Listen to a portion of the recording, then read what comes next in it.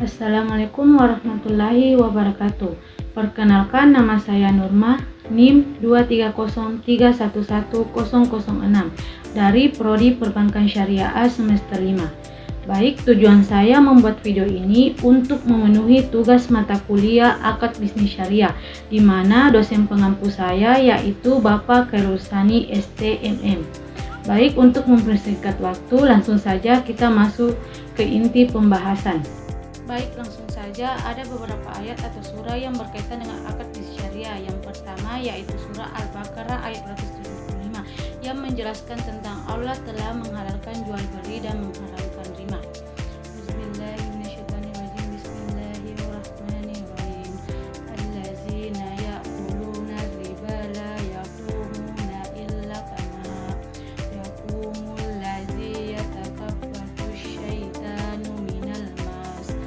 Dzalika bi annahum qalu innamal bai'u mithlur riba wa ahalla lahul bai'a wa harrama riba.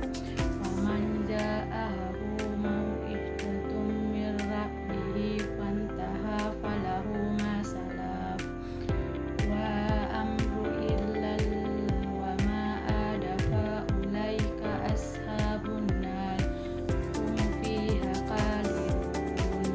Artinya, orang-orang yang memakan atau bertransaksi dengan riba tidak dapat berdiri, kecuali seperti orang yang berdiri sempoyongan karena kesurupan setan. Demikian itu terjadi karena mereka berkata bahwa jual beli itu sama dengan riba.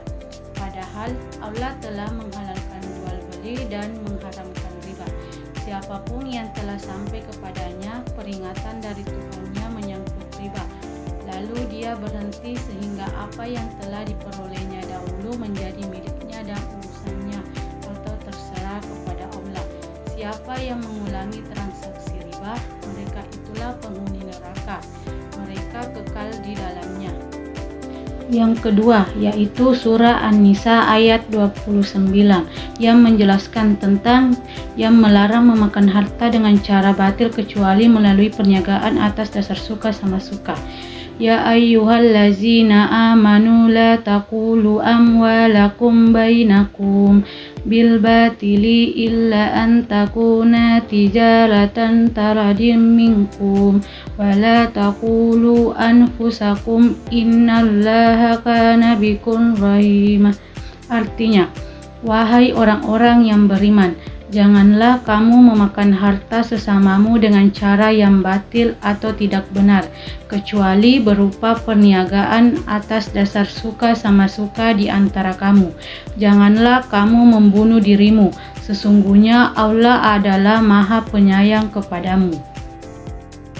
Ketiga, surah Al-Maidah ayat 1 yang menjelaskan tentang yang memerintahkan untuk memenuhi akad-akad atau perjanjian yang telah dibuat. Ya ayyuhallazina amanu aufu bil uqud uhillat lakum bahimatul an'ami illa ma yutla alaikum gaira muhlisis syaidi wa antum hurum innallaha yahkumu ma yurid.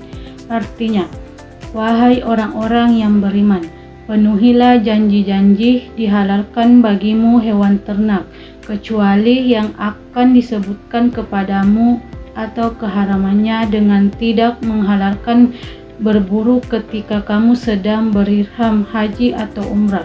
Sesungguhnya Allah menetapkan hukum sesuai dengan yang Dia kehendaki.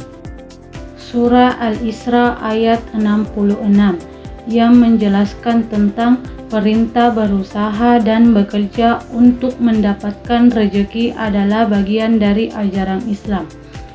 Rabbukumul ladzi yuzzi lakumul fulka fil bahri litabagu min fadli innahu kana bikum rahimah. Artinya, Tuhanmu lah yang melayarkan kapal-kapal di lautan untukmu agar kamu mencari karunia-Nya. Sesungguhnya Dia Maha Penyayang terhadapmu. Yang kelima, surah Al-Baqarah ayat 282 yang menjelaskan tentang yang mengatur tentang utang piutang dengan saksi. Ya ayyuhallazina amanu idza tadayantum bidaini ila azalim musamman faktubu wal yaktubu bainakum katibum bil adli wala yaba katibu ayyaktuba kama Allahu lahu falyaktubu wal yumlillazi alaihil haqqu walyattaqilla rabbahu wala yafsa minhu syai'a fa in kana allazi alaihil haqqu safihan aw da'ifan aw la yastahi'u ayyumilla huwa falyumli waliyuhul bil adli wastashihidu syahidaini min rizalikum fa ilam yakuna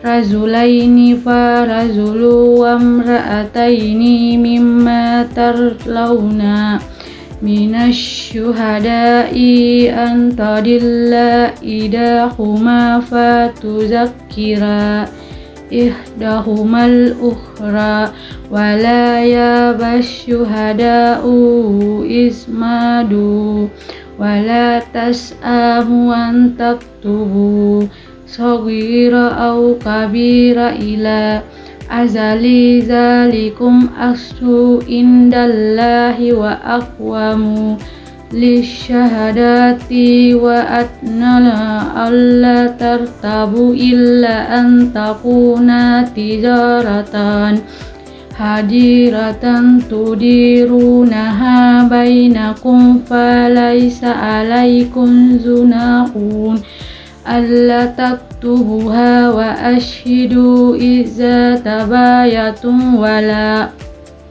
yudra katibu wala syahid wa itafa'alu fa innahu fusukum bikum wattaqullaha wa yu'allikumullah wallahu bikulli syai'in alim. Artinya, wahai orang-orang yang beriman, apabila kamu berutang piutang untuk waktu yang ditentukan, hendaklah kamu mencatatnya. Hendaklah seorang pencatat di antara kamu menuliskannya dengan benar.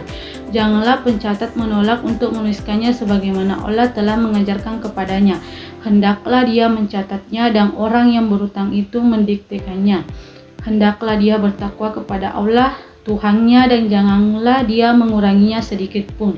Jika yang berutang itu orang yang kurang akalnya, lemah keadaannya atau tidak mampu mendiktekan sendiri, hendaklah walinya mendiktekannya dengan benar.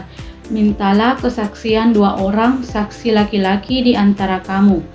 Jika tidak ada saksi 2 orang laki-laki, boleh seorang laki-laki dan 2 orang perempuan di antara orang-orang yang kamu sukai dari para saksi yang ada, sehingga jika salah seorang saksi perempuan lupa, yang lain mengingatkannya.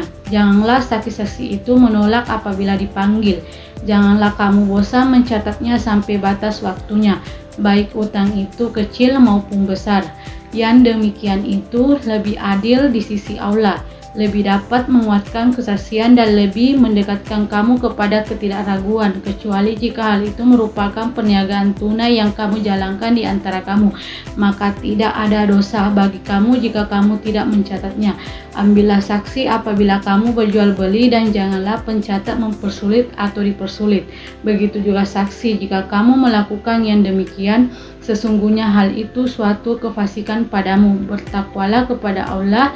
Allah memberikan pengajaran kepadamu dan Allah Maha mengetahui segala sesuatu.